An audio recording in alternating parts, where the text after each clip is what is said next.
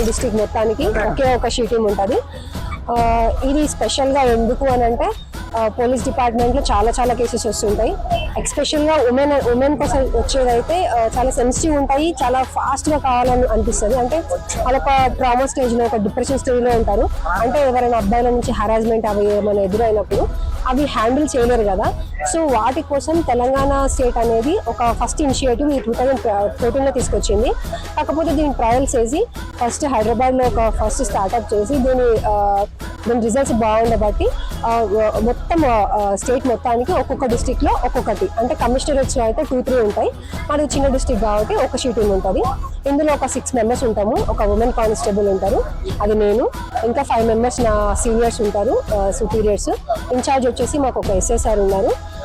So ఇది మామూలుగా sheeting అనేది ఒక కౌన్సిలింగ్ అన్నట్టు. సో చిన్న కేసెస్, అబ్బాయి హరాస్మెంట్ కానీ, స్టాకింగ్ కానీ, వయరిజం కానీ, అమ్మాయిల పర్మిషన్ లేకుండా ఫొటోస్ తీయడము, పబ్లిక్ ప్లేసెస్లో కాలేజెస్కి వెళ్ళేటప్పుడు ఇష్టం లేకుండా చేతులు తాకడము, లవ్ అని చెప్పేసి వెంటబడము, నన్ను చూడు, నన్ను మనతో మాట్లాడని ఇబ్బంది పెడుతుంటారు కదా.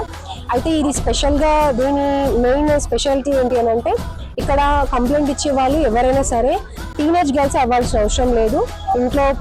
ఇంట్లో ఉండే మహిళలు కావచ్చు, బయటకు వెళ్ళి వర్క్ చేసే మహిళలైనా అయి ఉండొచ్చు.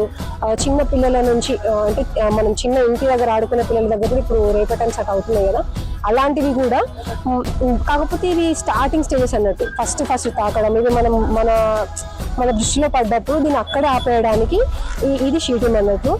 సో ఇక్కడ ఏంటి అని అంటే, ఫస్ట్ కౌన్సిలింగ్ చేస్తాము. ఇది రిసెప్షన్ తర్వాత మేము కంప్లైంట్ తీసుకుంటాము. కంప్లైంట్ తీసుకున్న తర్వాత ఇది ఎస్ఐ గారి నోటీస్లో పెడతాము. అంటే ఎవరు ఇచ్చారు, చాలా గ్రావిటీ ఎలా ఉంది, అంటే ఆ క్రిమినల్ ఫోర్స్ అనేది ఎంత ఉంది, దాన్ని ఎలా డీల్ చేయాలని చెప్పేసి. సో ఫస్ట్ వన్ ఎవరికైనా సరే, ఎంత పెద్ద మనిషి అయినా, ఎంత చిన్న మనిషి అయినా, so the deserve one chance అన్నట్టు. సో వాళ్ళని ఫస్ట్ కౌన్సిలింగ్ చేస్తాం అనమాట. వాళ్ళ పేరెంట్స్ని పిలిచి, బిలో 18 అయితే మైనర్ కాబట్టి, అవతల రెస్పాండెంట్ మైనర్ అయితే వాళ్ళ పేరెంట్స్ని పిలిచి, మీ అబ్బాయి ఇలా ఉంది, జాగ్రత్త చూసుకోండి, ఇంకోసారి ఇలా చేయొద్దు, దీనివల్ల వచ్చే నష్టాలు, రేపు జాబ్స్కి వెళ్ళినప్పుడు ఫ్యూచర్ స్పాయిల్ కాకుండా వీటి గురించి మొత్తం అవేర్ చేస్తాము. Counselling is nothing but aware చేయడం. సో మేము ఇంకొకటి అబ్జర్వేషన్ హాట్స్పాట్స్ అని ఉంటాయి. మేము ఎప్పుడు మఫ్టీలోనే ఉంటాము. మా టీం మెంబర్స్ అందరూ పబ్లిక్ ప్లేసెస్లో, కాలేజెస్లో, ఎక్స్పెషల్గా స్కూల్స్ కానీ కాలేజెస్ వదిలే టైం, లంచ్ బ్రేక్స్లో అక్కడ అబ్జర్వేషన్లో ఉంటారనమాట. అంటే అబ్బాయిలు అమ్మాయిల దగ్గర ఉన్నప్పుడే కదా ఇలాంటి ఇష్యూస్ బాగా జరిగేది. సో దాన్ని అవాయిడ్ చేయడానికి రెడ్ హ్యాండెడ్గా పట్టుకుంటాం అనమాట. ఎవరైనా అబ్బాయి డైరెక్ట్ ఇలా కనిపిస్తున్నప్పుడు మా వాళ్ళు ఆ ఫొటోస్ కూడా క్లిక్ చేసుకుంటారు ఎవిడెన్స్ కోసము. సో అబ్బాయిని తీసుకొచ్చి గైడెన్స్ చేస్తాము. మాకు వచ్చే చాలా కేసెస్ అన్నీ హరాస్మెంట్ కేసెస్ కావు. నిజానికి వనపర్తిలో అన్నీ మ్యూచువల్గా అబ్బాయి అమ్మాయి మ్యూచువల్గా ఉంది, లవ్ అని చెప్పి ఒక 2-3 ఇయర్స్ ఉన్న తర్వాత అబ్బాయి అమ్మాయి ఫొటోస్ పెట్టుకొని బెదిరించేటివి ఇవే ఉన్నాయి. ఇంకొకటి social media platform, very careful. అమ్మాయి కానీ అబ్బాయి కానీ, ఒకప్పుడు అమ్మాయిల సేఫ్టీ అంటున్నారు కానీ ఇప్పుడు అబ్బాయిలకు కూడా ఆ సేఫ్టీ అవసరం వేయవచ్చు. సో చాలా జాగ్రత్త. అబ్బాయిలు అమ్మాయిల ఫొటోస్ని పబ్లిక్లో పెట్టడము ఇవన్నీ జరుగుతుంది. మాకు వచ్చే కేసెస్ నేను చెప్పేది. మాకు లాస్ట్ ఇయర్ 55 కేసెస్ ఉన్నాయి. ఇందులో అరౌండ్ 20 కేసెస్ ఇన్స్టాగ్రామ్లో పరిచయమైన ఒక అన్నోన్ పర్సన్ని అమ్మాయి నమ్మి అబ్బాయి దగ్గర మాట్లాడి అంతా ఓకే అనుకున్నాక నో అనుకొని అబ్బాయి తీసుకోలేక ఆ ఫొటోస్ని, సో అంతవరకు తెచ్చుకోవద్దని నేను సజెస్ట్ చేస్తాను. సో మాకున్నది ఇంకా అవేర్నెస్ అనేది మేము ఓవరాల్ వనపర్తి డిస్ట్రిక్ట్ మాత్రమే కవర్ చేస్తాము, అన్ని 3 సర్కిల్స్లో. మాకు వాళ్ళు ఇచ్చే టైంని బట్టి మాకున్న టైంని బట్టి వీక్లీ ఒక్కొక్క వీక్లీ ఒక కాలేజ్, ఒక school, maximum junior colleges 9th, 10th, 8th వాళ్ళని కవర్ చేస్తున్నాము. ఎందుకంటే చాలా వచ్చే పోక్సో కేసెస్ కానీ, హరాస్మెంట్ కేసెస్ బిలో 20-22 ఇయర్స్ వాళ్ళ వరకే వస్తున్నాయి. అంటే అబ్బాయిలు కానీ అమ్మాయిలు కానీ. కంప్లైంట్ ఇచ్చే వాళ్ళు అదే ఏజ్ వాళ్ళు ఉన్నారు, అక్కడ ఇబ్బంది పెట్టే వాళ్ళు కూడా అదే ఏజ్ ఉన్నారు. ఆఫ్టర్ 25 వాళ్ళు చాలా తక్కువ. అండ్ ఇంట్లో ఉండే ఆడవాళ్ళ నుంచి కూడా మాకు కంప్లైంట్ రిసీవ్స్ వస్తున్నాయి.